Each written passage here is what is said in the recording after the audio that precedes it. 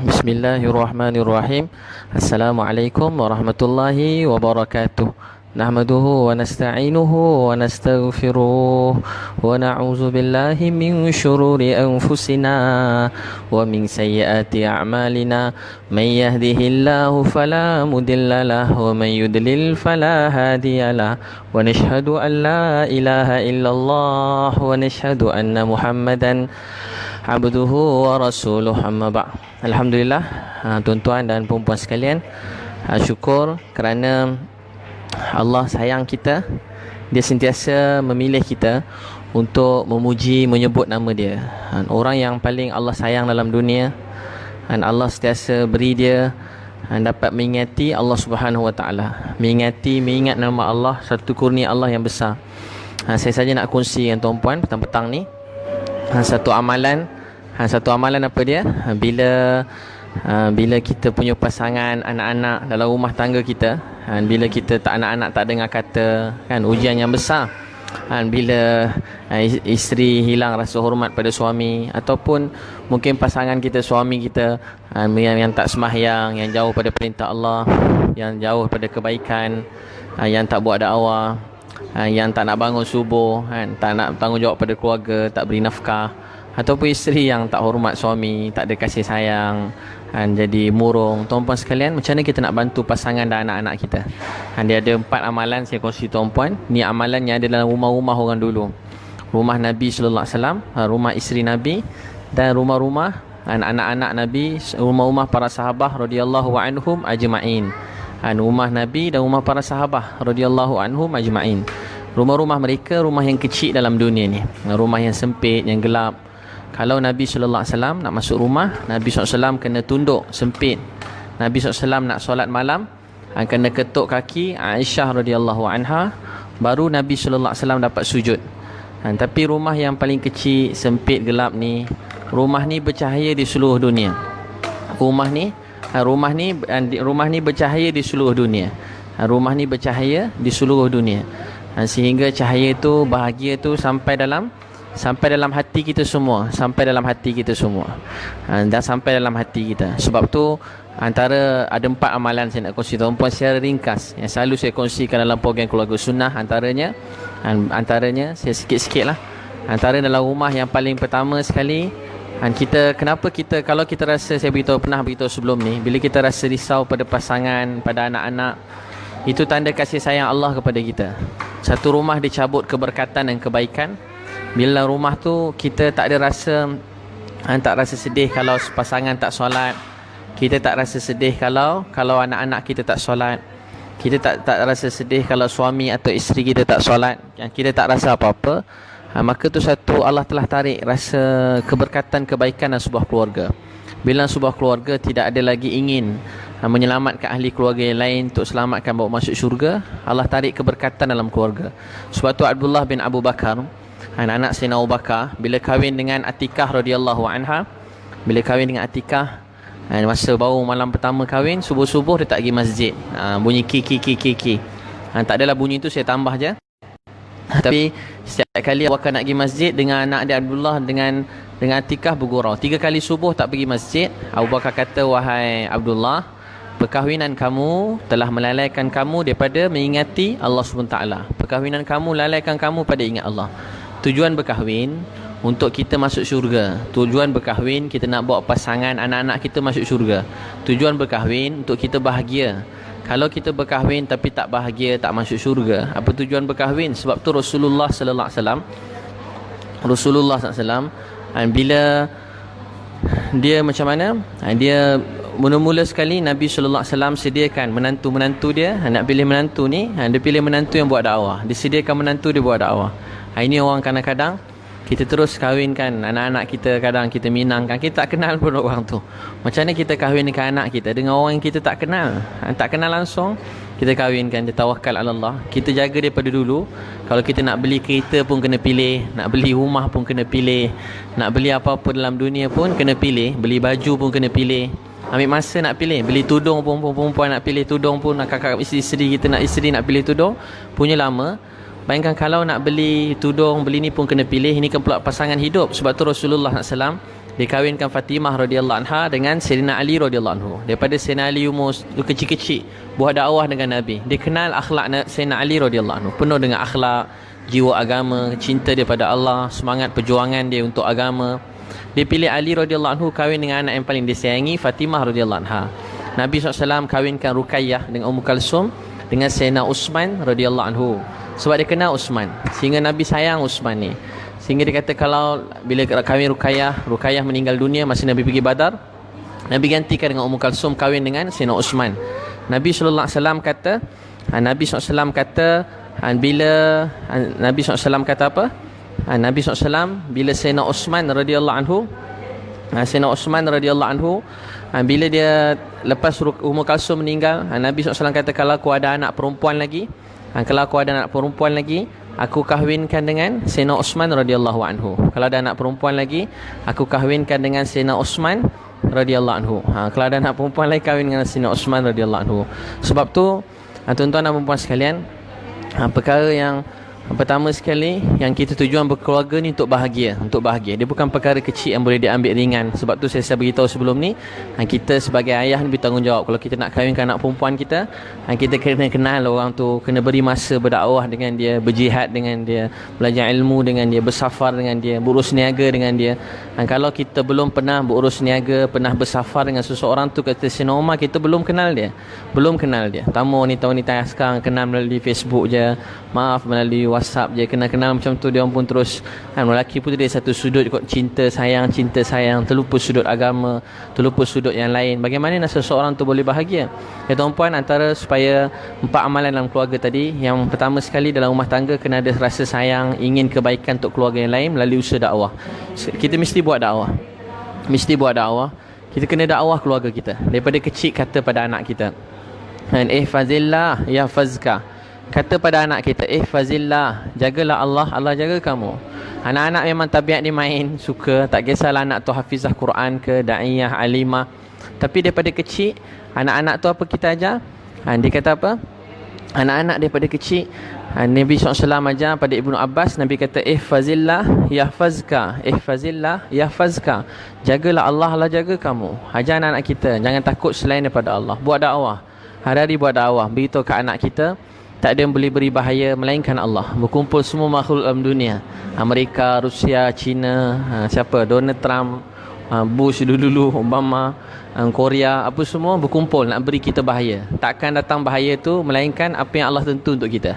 Satu dunia nak bagi kita mati, Allah nak pelihara kita, satu dunia tak boleh apa-apakan kita. Dalam Quran diceritakan Nabi Ibrahim AS, beritahu ke anak kita yang boleh pelihara kita Allah. Nabi Ibrahim AS, apa jadi pada Nabi Ibrahim? Satu dunia nak musnahkan dia, raja pun nak bunuh dia, bapak dia pun nak bunuh dia, tak ada orang nak tolong dia. Tapi Allah perintahkan api yang besar telah jadi sejuk dan sejahtera buat Nabi Ibrahim AS. Qulna ya na rukuni bardan wa salaman ala Ibrahim. Dia kata apa? Qulna ya na rukuni bardan wa salaman ala Ibrahim. Allah perintah sejuk dan sejahtera lah api buat Nabi Ibrahim AS. Sejuk dan sejahtera lah api buat Nabi Ibrahim AS. Kata Nabi SAW dalam satu hadis, kisah ni bukan untuk Nabi Ibrahim je, tapi sampai kiamat, seluruh dunia ni tak boleh beri bahaya, tak boleh beri sakit, tak boleh beri mudarat, tak boleh beri apa-apa pada kita, melainkan apa yang ditakdirkan dan apa yang ditentukan oleh Allah SWT. Apa yang Allah tentukan, takdirkan untuk kita, tu saja yang terjadi. Lain daripada tu semua tak akan terjadi. Itu pertama, buat dakwah anak kita. Kita kadang-kadang anak balik pada universiti, balik pada college, balik yang besar-besar, asrama, balik rumah dia tidur je. Ayah pergi pujuk dia, beritahu kat anak kita. Mak pergi pujuk dia, beritahu nak, ayah, mak sayang kat engkau. Mungkin umur ayah tak panjang, tak sempat tengok kau jadi engineer, jadi accountant, jadi businessman, tapi ayah nak supaya kalau ayah meninggal malam ni, ayah bahagia kalau tengok engkau ikut ayah sama-sama sembahyang subuh berjemaah esok kat masjid. Ayah rasa bahagia kalau sebelum subuh engkau bangun tahajud, doakan keluarga. Macam tu dakwahkan anak kita. Kalau anak kita hafiz Quran, beritahu nak, kalau seorang hafiz Quran tidur, dia belajar madrasah contohnya, seorang hafiz Quran tidur, dalam hadis kata dalam hati dia ada kasturi. Dia akan menjadi manusia yang baik. Tapi kalau dia bangun tahajud, apa jadi? Dia akan, kasturi itu akan merebak merebak dalam sebuah rumah. Dalam satu rumah tu dapat kesan daripada baca Quran tadi. Bayangkan kalau hafiz Quran tadi buat dakwah seluruh dunia. Bayangkan hafiz Quran kalau dia buat dakwah seluruh dunia. Tangan kanan. Kalau dia buat dakwah seluruh dunia. Kalau dia buat dakwah seluruh dunia, dia buat dakwah seluruh dunia, cahaya tu kasturi takkan merebak ke seluruh dunia. Untuk tu tuan-tuan dan perempuan yang dikasihi, disayangi oleh Allah SWT sekalian, mula-mula sekali kita kena sentiasa sibuk dengan usaha dakwah. Bila kita buat dakwah, Allah sayang kita. Bila kita buat dakwah, Allah SWT akan suka kita, Allah terima kita. Dia selalu dakwah. Tengok isteri malam-malam peluk pasangan, kata yang abang sayang kat awak kerana Allah. Abang teringin supaya saya dengan awak dua-dua dapat terbang dalam syurga. Kita duduk dalam taman-taman syurga, ada sungai-sungai mengalir kat bawah dia. Syurga yang paling kecil 10 kali dunia. Yang nanti awak masuk syurga 500 tahun lebih awal daripada abang. Sebab wanita salihah masuk syurga 500 tahun lebih awal. Sebab apa Allah bagi awal 500 tahun? Salah satu dia sebab supaya dia boleh make up nak tunggu suami. Perempuan kan kalau make up lama jadi dia nak tunggu suami. Allah bagi 500 tahun make up, pilih baju, pilih rumah, pilih pakaian. Bayangkan agaknya dia kata hadis, syurga yang paling kecil 10 kali besar dunia, 10 kali besar dunia. Bayangkan pakaian dia, rumah dia, tempat tinggal, boleh pilih satu-satu. Boleh buat shopping dalam syurga nanti. Jadi tuan-puan sekalian, dia kata orang salihah bila mereka selalu buat kejutan untuk pasangan dia dalam syurga. Ada hari suami pergi shopping kat pasar, hari Jumaat, boleh pilih muka, tukar-tukar muka. Balik rumah buat surprise kat isteri, buat kejutan untuk isteri. Jadi pertama buat dakwah. Pertama apa dia? Buat dakwah. Selalu buat dakwah. Cerita kebesaran Allah, cerita tentang Nabi sallallahu alaihi wasallam. Beritahu kat anak kita, nak, dalam dunia ni tak ada wajah lebih indah lebih pada wajah Nabi sallallahu alaihi wasallam. Tak ada orang yang lebih bercahaya, lebih indah wajah dia lebih pada wajah Nabi. Tak ada orang yang lebih mulia, tutur kata lebih baik daripada Nabi sallallahu alaihi wasallam. Daripada Adam sampai kiamat, ni manusia yang paling Allah sayangi, manusia yang paling Allah cintai. Dibanggakan daripada Adam sampai kiamat. Manusia yang penuh dengan akhlak. Hati beliau inginkan kebaikan untuk semua manusia. Ceritakan tentang Nabi SAW pada anak kita. Nak, kau nak sayang orang, nak rindu orang, tak ada orang lebih layak kita rindui, kita sayangi lebih daripada Zainab radhiyallahu anha. Sebab dia tolong jaga Nabi masa kita semua tak ada kat sana. Daripada 10 tahun Nabi SAW, daripada 10 tahun Zainab radhiyallahu anha, dia susah payah jaga Nabi SAW. Setiap hari bawa kain, bawa air. Dia kata Zainab ni anak dara yang sangat cantik, tolong jaga ayah dia, Pertama buat dakwah, Kedua buat taklim. Kedua kita buat amalan taklim. Bila kita hidupkan amalan taklim, Allah SWT akan sayangi kita. Jadi tuan-puan mulakan kat rumah kita, buat hidupkan amalan taklim. Kalau tuan-puan buat dalam masa 3 bulan, 4 bulan, kalau tak ada kebaikan datang dalam keluarga kita, kalau tak ada kebaikan datang dalam keluarga kita, 3 bulan tak berubah, tuan-tuan jumpa saya, tampang muka saya kuat-kuat. Tapi kalau banyak tinggal, saya tampang semula lah. Saya gurau, tuan-tuan hidupkan amalan taklim. Dia kata rumah yang mana bezakan rumah orang Islam dengan rumah orang bukan Islam ialah bacaan Quran dan hadis Nabi sallallahu alaihi wasallam. Yang bezakan rumah orang Islam dengan rumah orang bukan Islam ialah ada amalan taklim. Tuan-tuan hidupkan amalan taklim. Beli buku, contoh muntakhab hadis. Mula cek Quran, cek Fatihah. Contoh yang abang nak baca Fatihah ini, kalau ada salah, awak betulkan. Tapi kalau banyak sangat salah, betulkan sikit-sikit. Nampak tak langat juga kena tegur teruk sangat, kita tegur 1-2 dulu. Baca Fatihah, biar isteri dengar, isteri cek, dengar isteri baca. Kita kahwin bertahun-tahun, tapi kadang-kadang Fatihah pasangan kita tak pernah dengar. Tak pernah dengar isteri kita baca Qul Huwallah. Anak hantar jauh-jauh belajar, tapi tak pernah dengar anak kita baca Quran. Suruh dia baca Quran, baca Fatihah. Cukup hari ni. Esok baca surah lain. Kalau Fatihah banyak salah, baca Fatihah lagi. Esok hafal surah lain, Qul Huwallah pula, Qul a'udzu bifalaq, baca hadis Nabi SAW. Tuan-tuan buat amalan ni, banyak kesan dia. Saya baru ni ada satu orang, abang kita tu, dia datang masa keluarga, dia datang dulu, rambut lain macam, janggut pun pintal 2, ganas. Dia pakai seluar pendek je, datang daftar anak dekat program Pro Kids, cuti sekolah, camp 3 hari 2 malam. Saya ingat lagi, dia datang pakai seluar 3 suku je, janggut panjang sampai ke sini, ingkat 2. Datang keluarga sunnah, Masya Allah, janggut dia dah tengok muka pun penuh nur. Dia bawa isteri dia. Isteri dia pun penuh dengan, macam kalau tuan-puan tengok macam ustazah. Dia bawa adik-beradik dia semua buat dakwah. Semua keluarga dia berubah. Kalau tak sebelum ni, kat KL ni dia lah antara yang paling ganas sekali. Paling ganas sekali, tuan-puan tengok pun tahu dah. Bawa motor besar, jalan yang macam. Tapi lepas dapat agama, dapat fikir agama, dia bawa keluarga dia semua berubah. Dia kumpul keluarga, beri semangat agama. Ayah dia baru meninggal. Sebelum meninggal, ayah dia pun dia dapat bawa belajar program iman amal dekat masjid. 3 hari dekat masjid. Sekarang dia tengah berdakwah lebih kat 40 hari sebulan lebih. Sekarang dekat Belah Utara sedang berdakwah. Orang yang sangat baik, Masya Allah, orang yang sangat baik. Sebelum ni kalau tuan kehidupan macam-macam, mungkin macam-macam, jaga kelab seluruh KL ni, kelab-kelab macam-macam. Tapi hari ni dia bawa kawan-kawan dia berjuang di jalan Allah SWT. Bukan seorang, dia pergi berdakwah ni, geng-geng yang tak pernah semayang, maaf, dengan arak, pelbagai wanita, yang isteri pun semua sakit jiwa dah jadi isteri orang macam ni. Tapi Masya Allah, dia bawa kawan-kawan dia seramai mungkin, geng-geng motor-motor ni, beratus-ratus keluar jalan Allah SWT. Beratus-ratus, bukan seorang dua, beratus-ratus. Kita nampak orang tu biasa, kita tak suka tengok dia. Tapi di sebalik dia ada isteri yang dahagakan supaya suami dia berubah. Di sebalik dia ada anak-anak yang dahagakan bapak dia berubah. Tu tuan-puan, rasa sayang pada orang lain. Jangan benci mana-mana orang dalam dunia. Jangan pandang rendah pada mana-mana orang. Kesihanilah semua dalam dunia. Seperti kita dulu, ada orang sayang kita, ada orang doa kita, ada orang menangis untuk kita. Sekarang giliran kita untuk sayang, menangis, doakan orang lain dalam umat ni. Doakan orang lain pula. Ada dulu mak saya sebelum meninggal kata Ibi, kalau Ibi tak balik tengok mak, kalau Ibi tak balik, ramai adik-beradik balik tolong jaga mak. Tapi kalau Ibi balik, mak saya tanya siapa nak peduli kat air mata darah Nabi SAW. Teruskan perjalanan dakwah, teruskan usus dakwah yang telah diaturkan, ajak seramai orang masuk Islam. Itulah keinginan Nabi kita.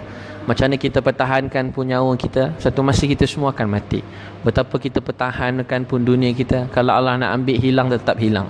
Betapa kita nak sesuatu pun dalam dunia, kalau Allah tak beri, tetap kita tak dapat. Tapi yang penting bagaimana kita bawa kembali kepada Allah dalam keadaan kita telah buat baik dalam dunia. Kita buat dakwah. Tu tuan-puan, hidupkan amalan taklim. Kemudian baca hadis Nabi SAW ulang 3 kali. Pakai dengan adab. Cari satu tempat, contoh 9.30 sampai pukul 10 saya buat kat rumah saya.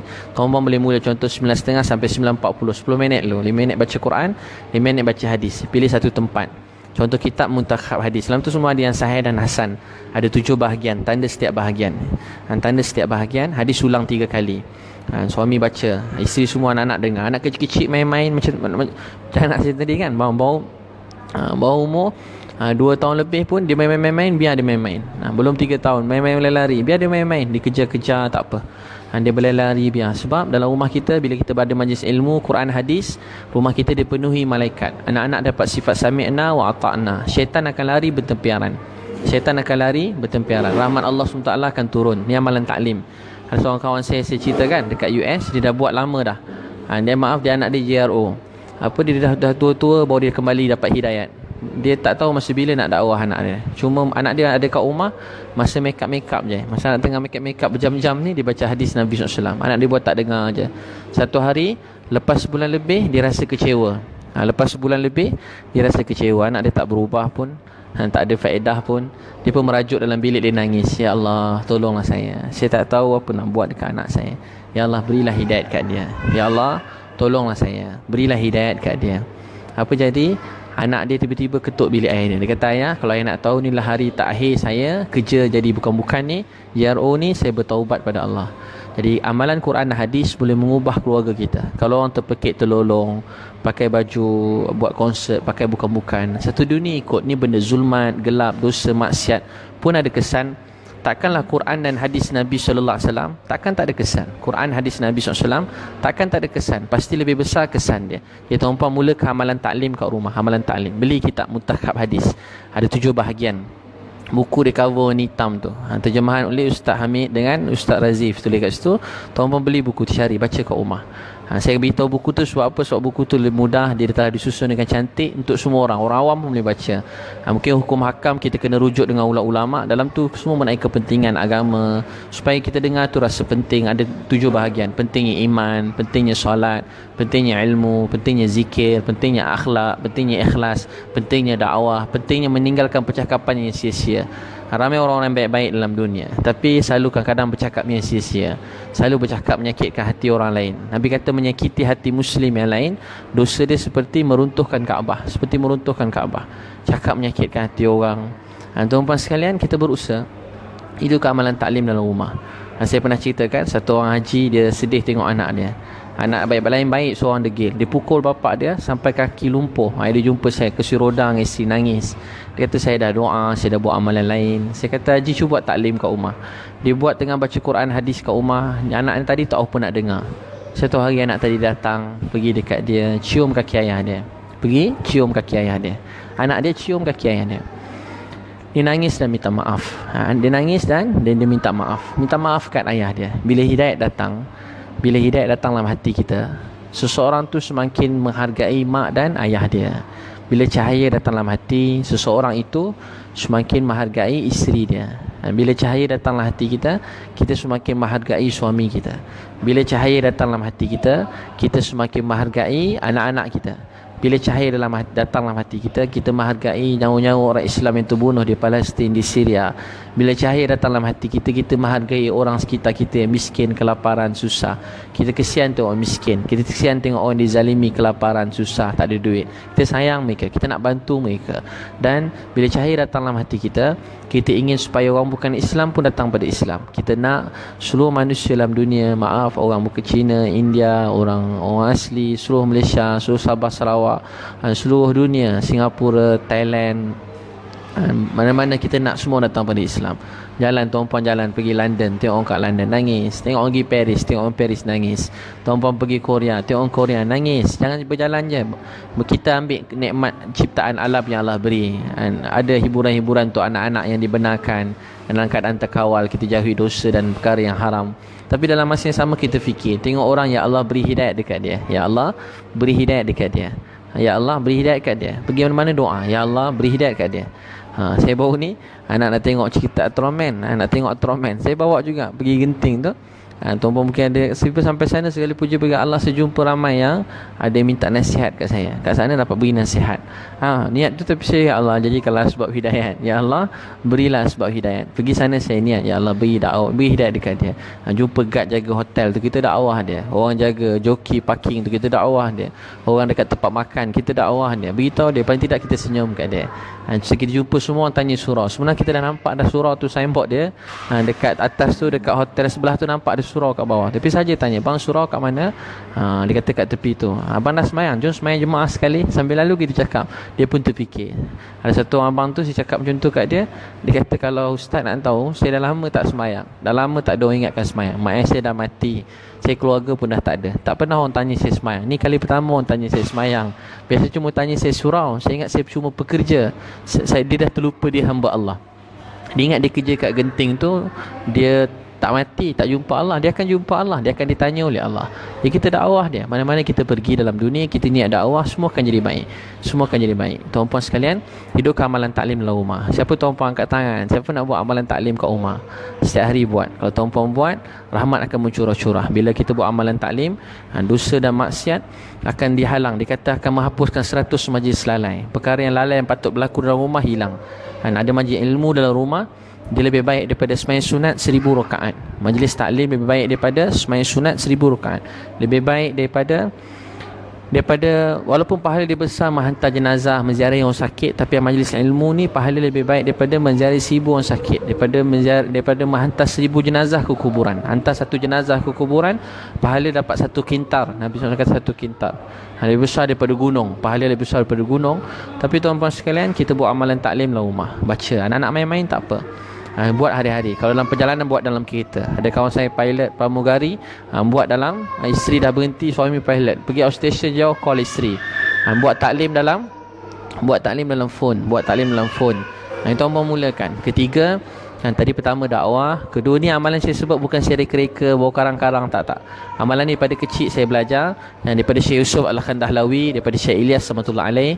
Mereka ceritakan inilah amal Masjid Nabawi zaman Nabi SAW, dan inilah amal yang Nabi SAW buat daripada dalam setiap rumah. Surah yang mula-mula turun, Iqra, taklim, ilmu. Mula-mula paling utama ilmu, mesti ada dalam rumah setiap orang Islam. Surah yang kedua turun, Ya Ayyuhal Mudassir, suruh buat dakwah. Islam tak pentingkan diri sendiri. Allah kata apa, ku anfusikum wa ahlikum nara, selamatkan diri kamu dan ahli keluarga kamu daripada, orang beriman bertakwa, selamatkan diri kamu dan keluarga kamu daripada api neraka. Allah perintah. Yang masuk syurga seorang-seorang, suruh buat dakwah. Kum fa'anzir, wahai orang berselimut. Kum fa'anzir wa rabbaka fakabbir. Nabi balik dalam keadaan berselimut, menggeletar, takut tengok keadaan manusia ni, tanggungjawab yang besar. Nabi kata bangun, kum fa'anzir, bangun beri peringatan. Wa rabbaka fakabbir. Senangnya buat dakwah ni pada anak-anak, bukan tegur dia yang risau macam mana nak marah dia, macam mana nak sakitkan jiwa anak ni, macam mana nak bagi dia sentap. Tak perlu nak bagi orang sakit jiwa, tak perlu nak bagi orang sentap, tak perlu nak bagi orang sakit, tak. Cerita tentang Allah. Bila nur kebesaran Allah masuklah hati, bila orang rasa Allah besar, orang malu nak buat dosa. Bila orang rasa Allah besar, orang akan tinggalkan kerja dia bila azan dilaungkan. Bila orang dengar, bila sebut Allah besar, orang akan takut nak cakap yang haram. Bila cakap Allah besar, bila kerja ada orang suruh bagi rasuah, kalau tak bagi kalau tak ambil rasuah ni atau beri rasuah ni, tak dapat projek. Tak, Allah bagi rezeki, mati pun tak apa. Kalau kena buang kerja pun tak apa. So yang pelihara saya dulu, hari ini selamanya, dulu kini selama, yang jaga saya bukan raja saya, bukan PM saya, bukan menteri besar, bukan mana-mana ketua pejabat saya, tak. Kita berterima kasih mereka atas kebaikannya. Kalau mereka ada buat kebaikan ni kita terima kasih. Tapi siapa yang beri kita semua nikmat daripada dulu sampai sekarang? Tuhan kita, Allah SWT. Dia Tuhan kita yang jaga kita. Kita dalam dunia ni tak perlu siapa-siapa, kita cuma perlu Allah. Bila kita ada Allah, kita dapat segala-galanya. Dalam hadis, siapa dapat kasih sayang Allah, dapat Allah, dia dapat segala-galanya. Siapa hilang kasih sayang Allah, hilang kasih sayang Allah, dia hilang segala-galanya. Dapat Allah, dapat semua. Ini yang dibuat oleh para sahabat. Sebab tu anak-anak mereka dihantar ke mana-mana dalam dunia. Anak-anak dia sibuk buat dakwah. Anak-anak dia pergi mana-mana dalam dunia, anak-anak mereka sibuk buat dakwah. Pergi seluruh dunia, anak dia buat dakwah. Pergi mana-mana buat dakwah. Tak terkesan. Cucu Sayyidina Umar, Salim bin Abdullah, satu masa raja besar panggil dia. Dia tengah tawaf panggil. Kalau kita macam mana raja dulu lagi hebat pada raja sekarang. Raja dulu lagi banyak emas, banyak harta. Sekarang tak banyak lah. Sekarang banyak utang kan, dengan pilihan raya. Tapi dulu tak. Dulu memang emas je. Emas ni macam apa dekat dulu-dulu, setengah dunia bawa orang Islam. Tapi bila dipanggil Salim buat dulu pula, kalau degil tu bunuh je, garang raja-raja dulu. Salim terus tawaf. Raja panggil dia. Raja pergi kat luar, marah dia. Panggil lepas habis tawaf, tanya, kenapa kamu aku panggil buat tak peduli? Dia kata, tuanku, saya tengah tawaf, saya tengah berurusan dengan Allah. Saya malu untuk pedulikan yang lain selain daripada dia. Ni cucu siapa? Sayyidina Umar radhiyallahu anhu. Cucu Sayyidina Umar, Salim bin Abdullah, Abdullah ibnu Umar. Baiklah, tak apalah, dah lepas aku maafkan. Sekarang aku nak beritahu, kamu nak duit banyak mana, beritahu pada aku akan tolong kamu. Banyak mana pun kamu nak duit, aku bagi pada kamu. Dia kata, berapa banyak tuan boleh bagi, apa tuan nak bagi dunia ke akhirat? Dia kata, dunia lah. Kalau dunia tak perlu, sebab seluruh urusan dunia saya Allah dah penuhkan. Yang saya risau cuma akhirat. Kalau tuanku boleh, tuan raja boleh bagi untuk akhirat saya, bawa jumpa supaya saya balik semula. Raja pun geram juga dia cakap macam tu. Tapi orang yang terkesan dengan Allah, dia tak terkesan selain daripada Allah. Dalam Quran kata, orang takut kat Allah, semua makhluk takut tunduk kat dia. Orang tak takut Allah, semua makhluk jadi sumber ketakutan untuk dia. Jadi ajar anak-anak kita, keluarga kita, hanya takut pada Allah. Jangan terkesan selain daripada Allah. Jangan terkesan dengan pujian orang, kejian orang. Satu orang alim dia kata, kamu sangka saya gembira orang dengar saya cakap ramai, saya cakap dengan fasih, dengan baik, saya gembira menyampaikan? Tak. Dalam hati saya dia menangis dan dia kata, saya risau kerana setiap ilmu tanggungjawab dia kena sampaikan dan amalkan. Jadi saya risau, saya dah berjaya sampaikan, tapi saya akan, dalam satu hadis, setiap orang yang bertutur, setiap perkataan, huruf dia akan ditanya oleh Allah. Setelah hadis Nabi, setiap perkataan kita dalam, kalau mutakat hadis tu bahagian ikhlas, setiap percakapan kita, perkataan kita akan ditanya oleh Allah, apa tujuan kamu bercakap tu? Apa tujuan kamu ceramah tu? Apa tujuan kamu bersyarah? Apa tujuan kamu bertutur tu? Kamu bertutur tu untuk apa? Adakah untuk dapat pujian orang? Adakah nak dapat like daripada orang, nak dapat love daripada orang lain? Adakah sebab tu kita bercakap? Kalau sebab tu, kita akan susah di akhirat nanti. Dan orang puji keji kita, tak beri kita mulia atau hina. Mulia dan hina kita hanya daripada Allah SWT. Jadi kita jangan pernah bercakap walaupun sepatah perkataan, walaupun satu huruf untuk manusia. Kita bertutur, kita bercakap hanya untuk Tuhan kita, untuk redha Allah SWT. Kita hanya bercakap untuk tutur, kita bertutur hanya untuk redha Allah, untuk Allah sayang kita, dia terima kita. Sebab tuan-puan sekalian, saya selalu tengok Wujudkan suasana ni, suasana dakwah, suasana taklim. Hidupkan amalan taklim dalam keluarga, dalam rumah tangga. Hidupkan amalan taklim. Baca hadis Nabi sallallahu alaihi wasallam. Baca hadis Nabi. Wujudkan amalan taklim. Kemudian wujudkan, baca, pilih satu waktu yang tetap. Ada rumah-rumah yang dah buat setiap kali lepas solat fardu, isteri dia suruh rumah setiap lepas solat fardu dia buat bacaan hadis Nabi sallallahu alaihi wasallam. Dan ketiga, wujudkan suasana ibadat, suasana ibadat. Bangun malam minta pada Allah SWT. Orang Islam kena mula dengan malam. Dakwah ni mula laila wan nahar, malam dan siang. Saya jumpa anak muda, kadang-kadang anak muda ramai yang kerja dengan saya ataupun dekat, yang ikut saya ke mana-mana, ataupun mana-mana training khusus facilitator di mana-mana. Kadang-kadang baru-baru datang, dia orang sambil duduk dengan saya ni, dia orang pegang handphone. Sambil duduk pegang handphone. Sambil duduk dengan saya pegang handphone, tengok handphone. Saya bercakap, dia tengok handphone. Jadi saya beritahu pada dia, saya beritahu siapa kita hari ni menentukan siapa kita 10 tahun yang akan datang. Kalau orang muda-muda, saya beritahu dia miskin tak apa, dia susah tak apa, dia bapak dia orang kampung tak apa, dia anak yatim piatu pun tak apa, dia lahir daripada dia tak cerdik pun tak apa. Tapi kalau dia ada sifat untuk tunduk pada Allah dan sibuk perbaiki diri, saya beritahu insya-Allah kalau dia panjang umur 10 tahun akan datang, siapa kita hari ini. Kalau tuan-puan nak tahu apa jadi 10 tahun akan datang, betulkan hidup kita hari ini. Allah kata Allah tak akan ubah nasib suatu kaum melainkan kita mengubah dia.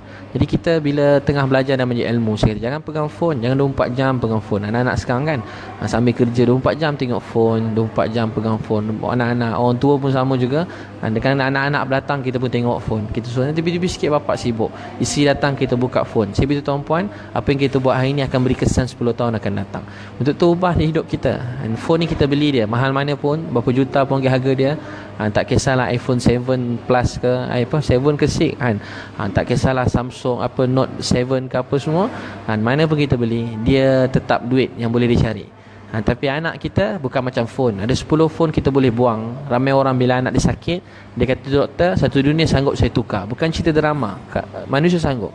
Saya dah jumpa dah, ada orang kena operation, dia merayu jumpa semua, dia nangis-nangis, dia cium kaki, minta duit untuk supaya anak dia dapat duit operation. Tuan-tuan sekalian, kita sanggup tukar satu dunia demi anak-anak kita. Sekarang anak-anak Allah beri sihat, baik, tanya soalan, kita halau dia ke tepi.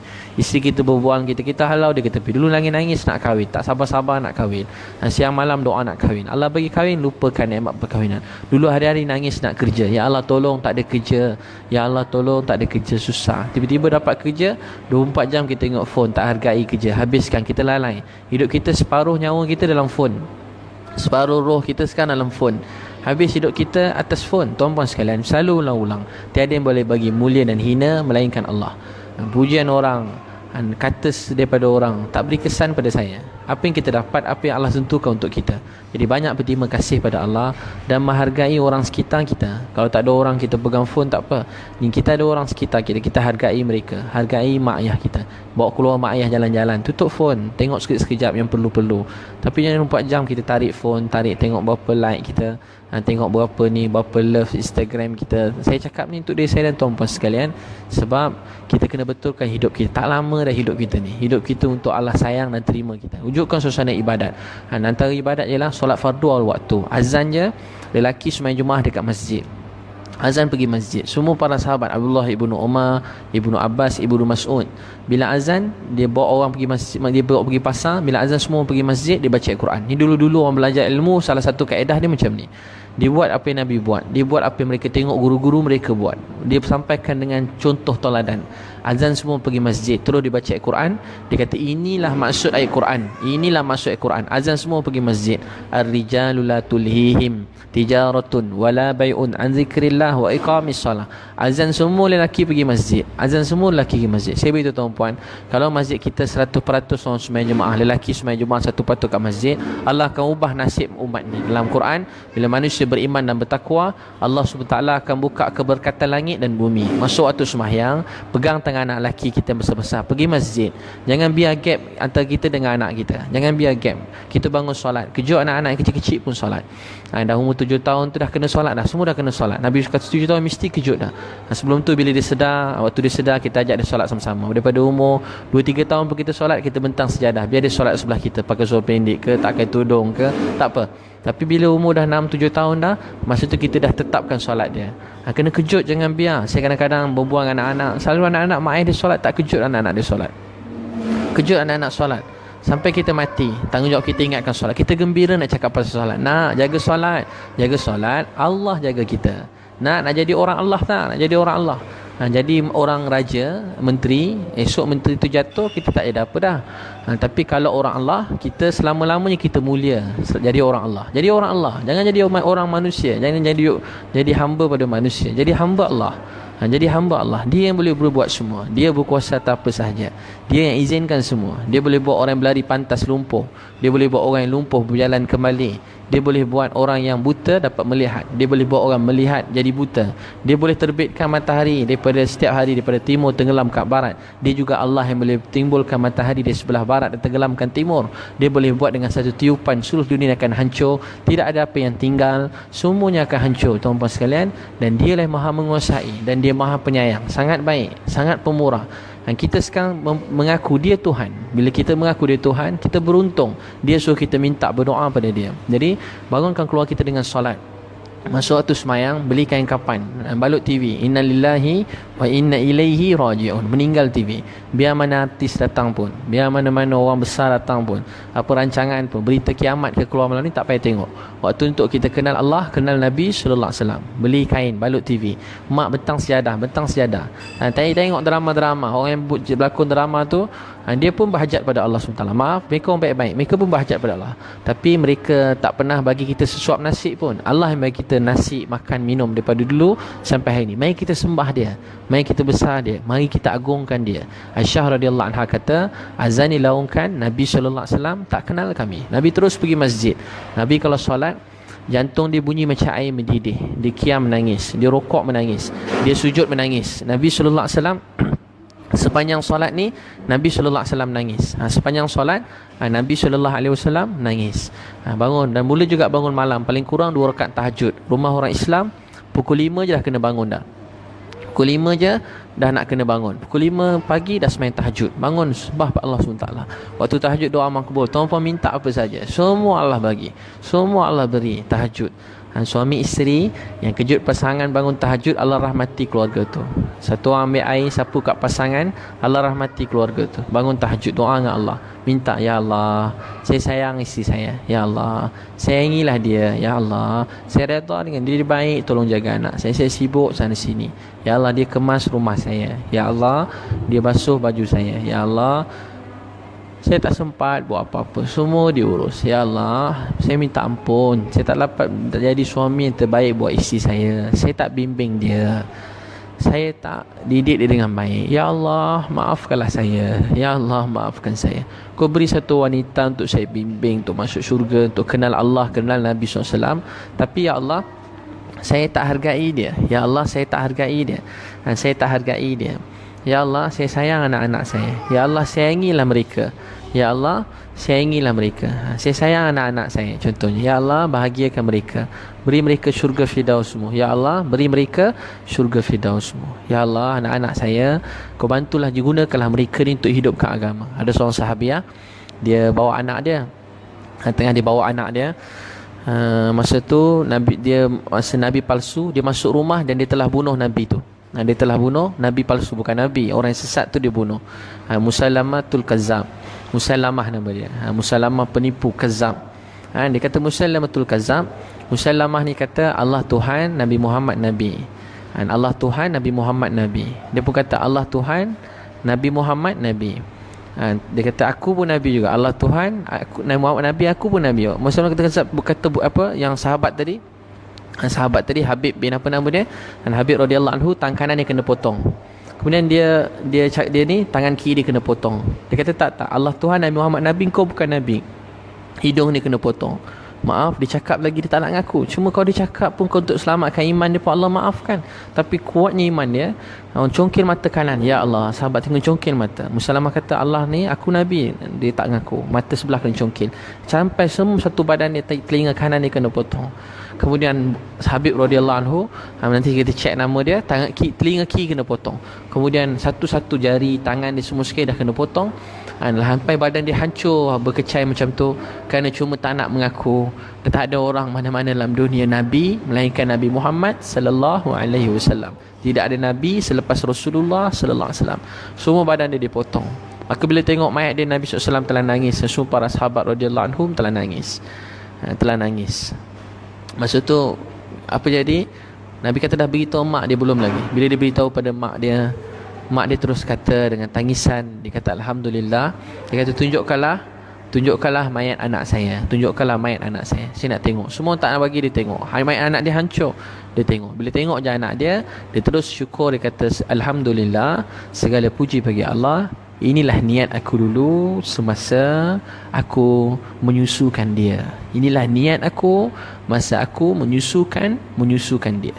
Dia susukan anak, dia niat kalau anak ni tak mati, semua akan dalam dunia mati. Tapi adakah mati kita dalam mempertahankan agama? Adakah mati kita sedang berjuang untuk agama? Atau mati kita mati seperti orang-orang biasa? Untuk tu dia gembira, dia kata alhamdulillah. Mana mak boleh tahan tengok anak hancur macam tu? Kita yang bukan mak pun tak tahan nak tengok orang kita tak kenal pun.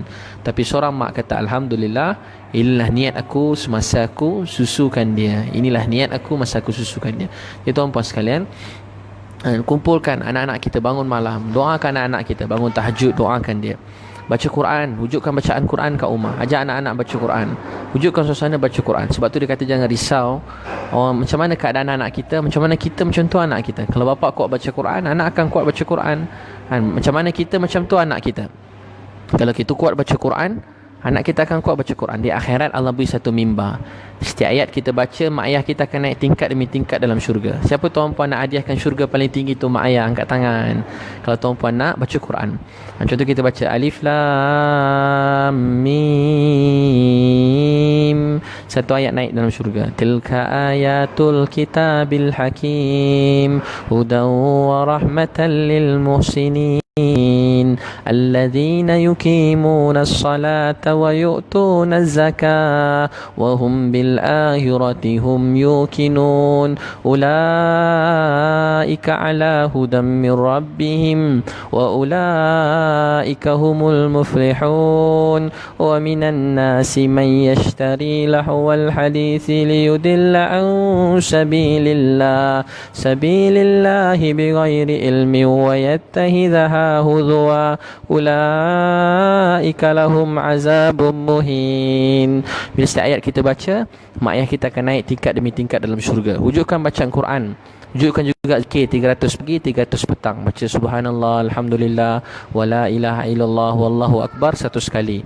Selawat atas Nabi, tanda cinta Allah. Baca subhanallah, maha suci Allah, saya hina kotor ya Allah. Alhamdulillah, puji-pujian untuk Engkau. Segala apa yang saya miliki bukan milik saya. Segala puji untuk Engkau. Segala kemuliaan, ketinggian, kebesaran milik Engkau. La ilaha illallah, tiada Tuhan melainkan Allah. Wahai Allah, ku hamba Engkau, Engkau Tuhan aku. Kau layan aku macam ni punya baik.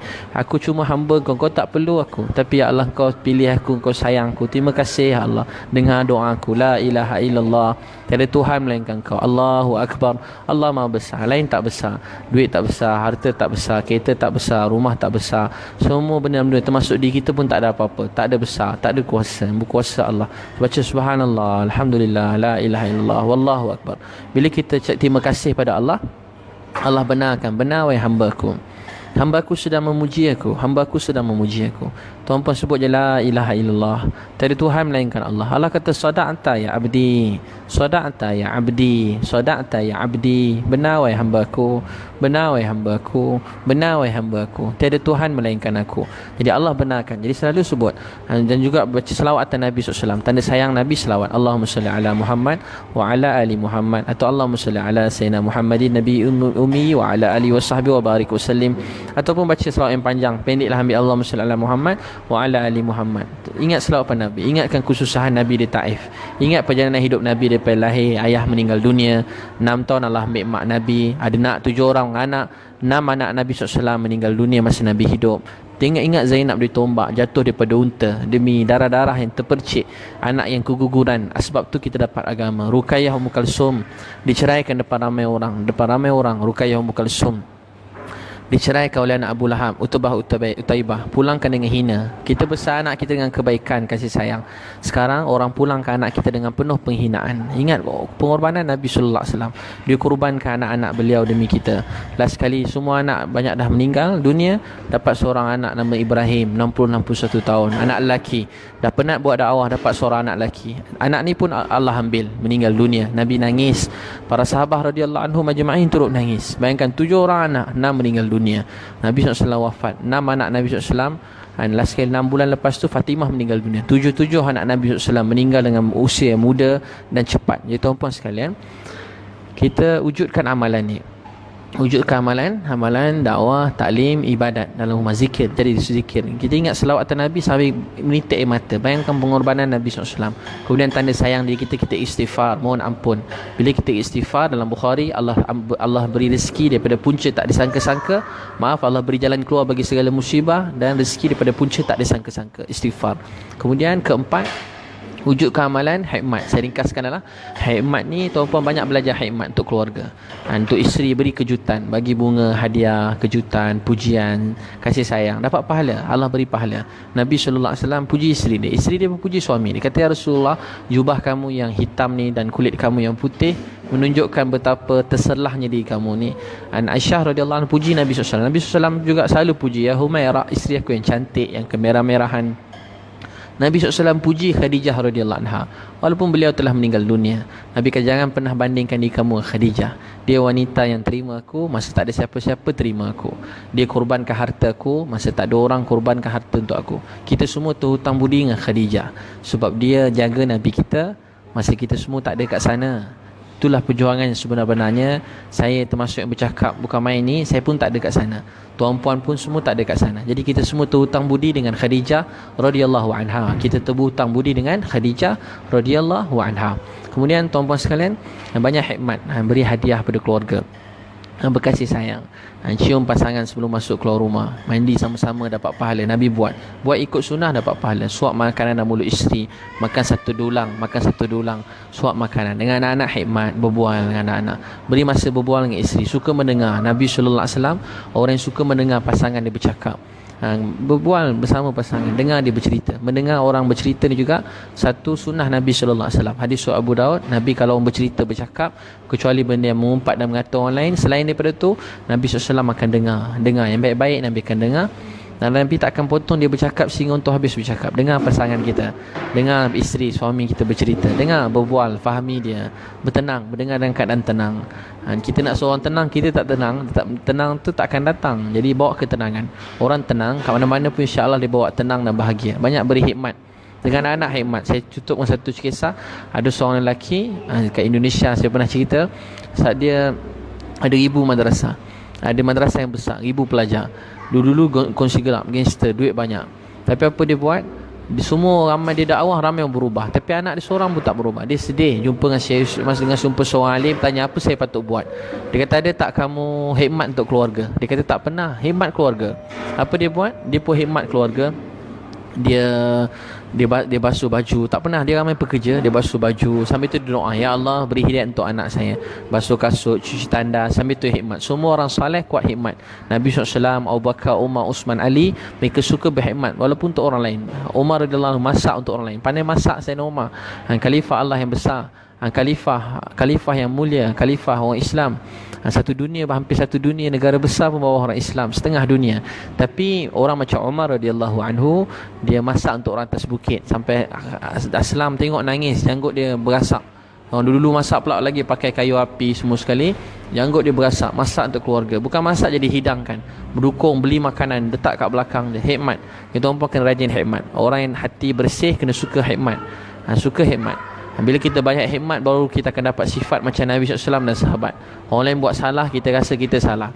Buruk-buruk orang, kita rasa diri kita lagi buruk. Tengok orang buruk, kita rasa diri kita lagi buruk. Baik-baik kita rasa semua lebih baik daripada kita. Kita perasan je, semua lebih baik daripada kita. Ini bila orang banyak hikmat. Bila tak hikmat, kita jadi sombong. Kita rasa kita paling baik. Bila kita tak hikmat, kita suka dengan nasihat.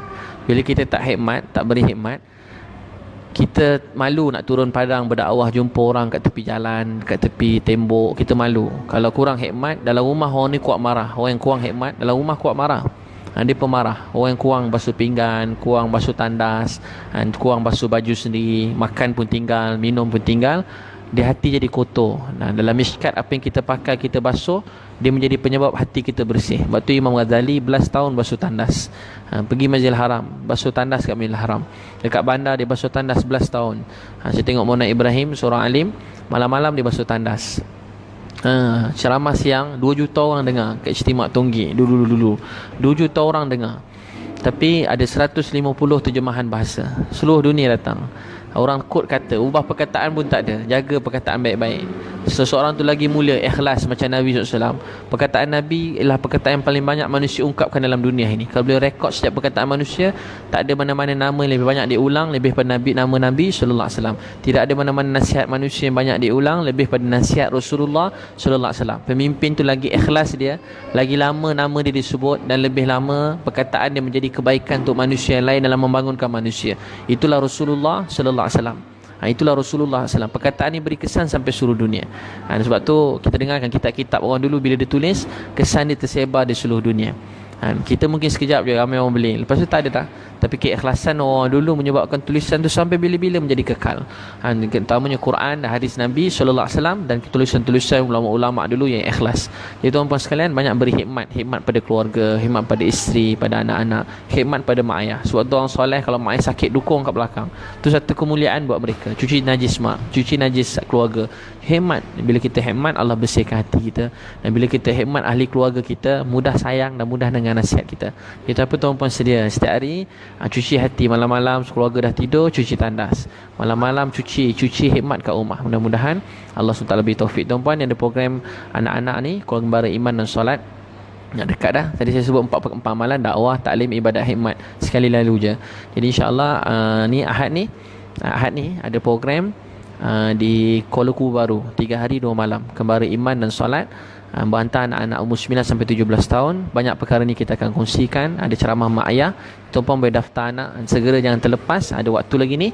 Boleh daftar di www.transformjiwa.com atau WhatsApp 017 3666 848 017. Daftar di 017 3666 848 atau daftar di www.transformjiwa.com. Itu boleh daftar, insya-Allah. Daftar mamai datang Kuala Lumpur baru minggu depan di Savannah Hill Resort, di Ulu Tiram Johor Bahru. Savannah Hill Resort, Ulu Tiram, Johor Bahru.